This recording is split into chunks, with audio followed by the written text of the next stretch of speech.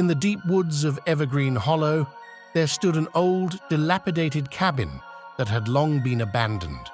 The locals whispered of an unspeakable darkness that lurked within its walls, of eerie whispers that could be heard on still nights, and of a presence that sent shivers down anyone's spine who dared to venture too close.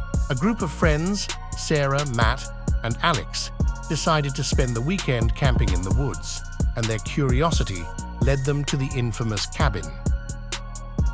As they approached, the air grew heavy with an unexplained sense of foreboding, and the once vibrant sounds of nature seemed to fade into an eerie silence. The door to the cabin creaked open, seemingly beckoning the friends inside.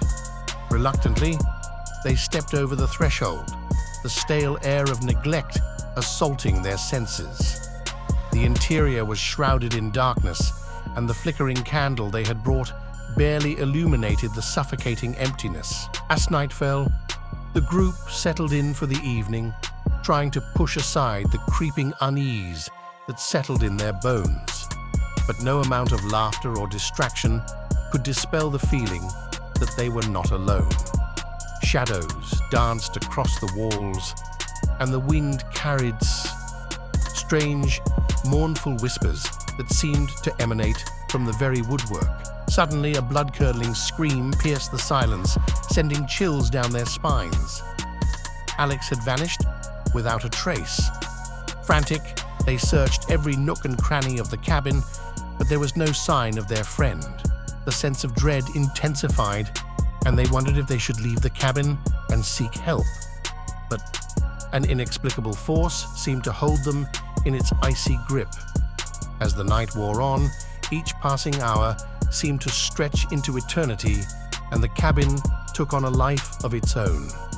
Unearthly wails filled the air, and the floorboards creaked as if someone or something was pacing back and forth in the rooms upstairs. Sarah and Matt huddled together, their nerves frayed to the breaking point, when they heard a faint, raspy voice coming from the darkness. "Leave this place before it claims you too," the voice whispered, dripping with an otherworldly menace that froze the blood in their veins. They clung to each other, their terror mounting with each passing moment, as they frantically searched for a way out. But the windows were boarded shut, and the door refused to budge, as if the cabin itself was determined to keep them ensnared in its web of horror. In the depths of the night, they heard the unmistakable sound of footsteps descending the stairs. Terrified, they huddled in the corner, clutching each other in a desperate bid for safety. But as the figure emerged from the darkness, they felt a searing chill run down their spines. It was Alex, or what was left of him. His eyes were vacant, his skin ashen, and he moved with an unnatural grace that sent shivers down their spines.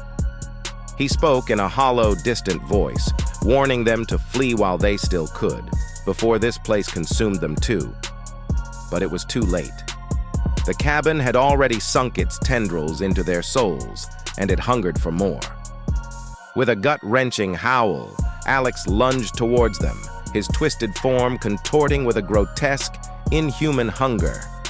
They fought for their lives, grappling with a force that defied reason and logic, until finally, a blinding light pierced the darkness, and the cabin let out a bone-chilling shriek that echoed through the woods.